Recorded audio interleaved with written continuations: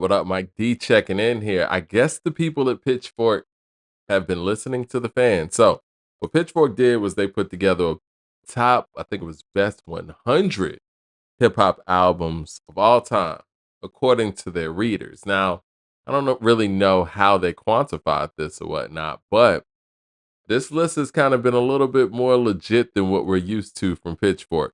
But number one, the greatest hip hop album ever, according to their readers, Nas Illmatic. Then number two, we got Wu-Tang Clan, Into the 36 Chambers. Listen, I'm cool with that. You know what I'm saying? Like 36 is very, very impactful. Number three, we got Kendrick Lamar, To Pimp a Butterfly. Whew, extremely high. This is what I'll say about and I think To Pimp a Butterfly, let me say this for the people who don't know. I feel like To Pimp a Butterfly is definitely Kendrick's best work. And I think that it is one of the best albums of its era. Period. Point blank, period. I remember I always tell this story. First time I heard The Pimp a Butterfly, I didn't go on social media or anything, but I just remember thinking halfway through, this is the best hip hop album I've heard since Supreme Clientele. Now, I kind of backtrack on that. I don't think that's totally accurate, but I'm just saying that's how good To Pimp a Butterfly is. Ron Bay and myself, we have an incredible breakdown on the production side of To Pimp a Butterfly. Brilliant effort, but number three is extremely high. I think that even though All Right is one of those songs that um, is a mark for an era, I still think you need to have multiple seminal records to actually have a top three hip hop album, in my personal opinion. And then boom, Kendrick once again. Good Kid, Mad City's number four. So Kendrick has two top albums of all time in the top five. Excuse me, I said that all wrong. Kendrick has two top five hip hop albums all time, according to Pitchfork's readers. Number five, we got Mad Villainy from Mad Villain. Man, Mad Lib and MF, man. That is a classic. That is a groundbreaking album. Mad Villainy is insane. But five is extremely high.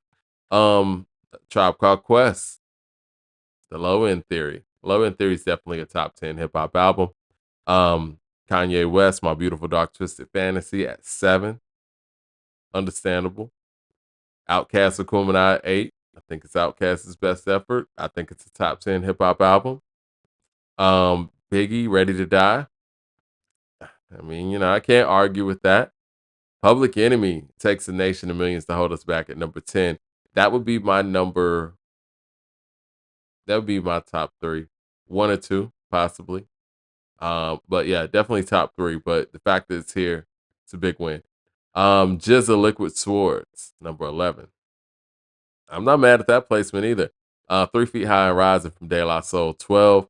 Stankonia, 13 from Outkast, way too high. Respectfully. I think Stankonia is Outkast's fourth best effort. I'm going to go Kumina, Southern Playalistic, AT Aliens, and then Stankonia. So yeah, I don't think it's 13. A Tribe Called Quest, Midnight Marauders at 14. Very high for that as well. Love Midnight Marauders. I just did a breakdown on that as well. Oh man, Beastie Boys Paul's Boutique at 15. Love that pick. Love that pick. Love that album. 15 is kind of high, but love that album. Lauryn Hill, Miseducation of Lauryn Hill, incredible album. I don't view it as a hip hop album, but as an overall piece, R&B, soul, whatever you want to call it. It's definitely a top 15 album of its era for sure. Beautiful album, but I don't consider it a rap album. Dr. Dre, The Chronic is 17. I was gonna do a video on the best produced hip hop albums all time. I was gonna do a top five or something like that. Spoiler alert, even if I do it, The Chronic from Dr. Dre is the best produced hip hop album I've ever heard. Top to bottom. I was listening to it the other day, man. That shit bumps, man. Like, and the way that they wove together the skits and just the production, the outros, the intros, the outro from Dre Day going into the intro of Let Me Ride. It's like, man, this is next level. This ain't about beats. When you have the conversation about beat making and producing, gotta play the Chronic because 2001, which I think is incredibly produced as well, that's more about clarity, production clarity. The Chronic is about production and making a full piece. The Chronic has everything. It has song making and it has beats on there too. These Nuts is probably the best beat on that album. Bitches Ain't Shit is probably the best beat on that album. And then when it goes from like These Nuts and then goes to damn Little Ghetto Boy, which is probably one of the best produced songs on that album. I love Doggy Style. I think Doggy Style is a top 5 produced album too. But in my personal opinion, when you listen to The Chronic and you listen to Doggy Style, there's a production difference. Both top 5 produced albums, but to me, The Chronic's number 1. I was gonna go into my number 2, but I don't want to spoil that video when it happens. But The Chronic is leaps and bounds.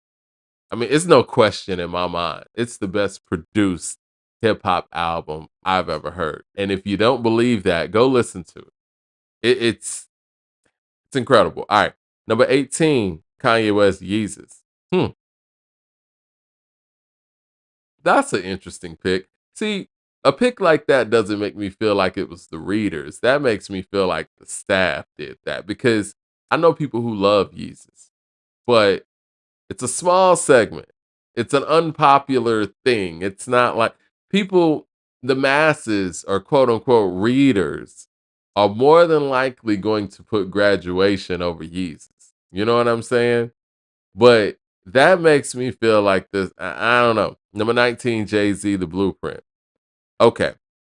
To get The Blueprint over Reasonable Doubt and stuff like that. Yeah, and again, get Yeezus over Graduation or even College Dropout. It lets me know you're dealing with a younger demo. Shit, you got you know, 2 Kendrick Lamar albums in the top 5. You're dealing with a younger demo. 21, Mobb Deep, The Infamous.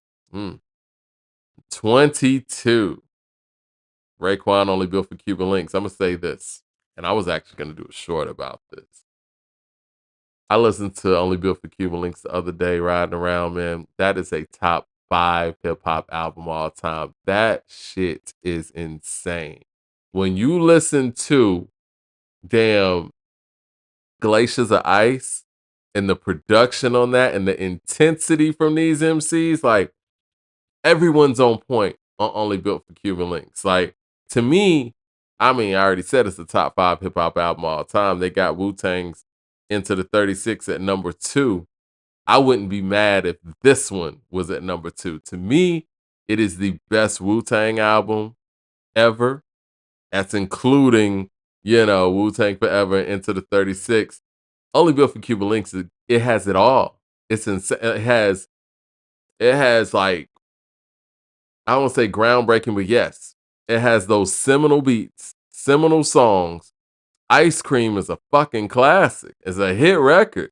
It's a street hit. It got Incarcerated Scarfaces, man. Like, and it got those cult classics like Glaciers of Ice, Ice Water, damn Guillotine. Like, man, no. Only Built for Cuban Links is insane. And to me, when we talk about top to bottom lyrical performances from the Clan and Nas, it's probably the most lyrical rap album that you're gonna find out there.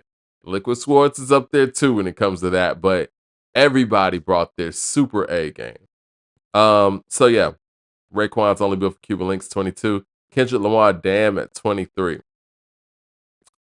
I've said that I think Damn is my favorite rap performance from Kendrick, but I don't think Damn has any business being in the top 25 hip hop all time conversation, in my opinion. But whatever. Eminem, the Marshall Mathers LP at 24. They just had to slide Eminem in here. I ain't mad at that. That's what it is. I mean, you listen to Marshall Mathers LP next to these other albums mentioned, they don't stack up. It'll end up like that Eminem and Jay-Z verses that I did on the other video. 25. The one to me. Ghostface Supreme Clientele. I'm glad this was in the top 25. Um, I think that Supreme Clientele is the best hip hop album of the 2000s decade. And this list isn't bad at all. I think that with this list, this was Pitchfork actually responding to the pushback that they get from their wild decisions. I don't know who these readers are. Maybe I need to, read the top of the article and see what they came across this from or whatever, or how they came to this resolution or solution, if you will. But this sounds like staff. That Yeezus pick is staff all day. And they knew that if you put Illmatic, number one, you're not going to get any pushback because, again, Illmatic is possibly the greatest hip hop album of all time. I would like to have seen Paid in Full in here. I do think Paid in Full is top five hip hop album all time. In my personal opinion, I know people who haven't seen me speak on this before, in no particular order. Top five hip hop albums all time. I'm gonna go with Illmatic. I'm gonna go with Takes a Nation of Millions to Hold Us Back. I'm gonna go with Only Built for Cuban Links. I'm gonna go with Takes a Nation of Millions. I already said that. What am I talking about? Only Built for Cuban Links. What was I gonna say? Hold on. See, I done threw myself off. All right. Illmatic. Takes a nation of millions to hold us back. Only built for Cuban links. Paid in full. And my number five pick, I'm going to just have to go with not Illmatic or Aquemini, but that that could go to others as well. But my pick for that right now is going to be Aquemini by Outkast. So hit like and subscribe, guys. Let me know what you guys think about this list. And hey man, Illmatic did it. Nas wins again, man. What do you think their staff actually did this list, or do you think the readers did this list? But let me know what your number one hip hop album all time is, and hit like and subscribe, man. I'm gonna talk to you guys soon. All right.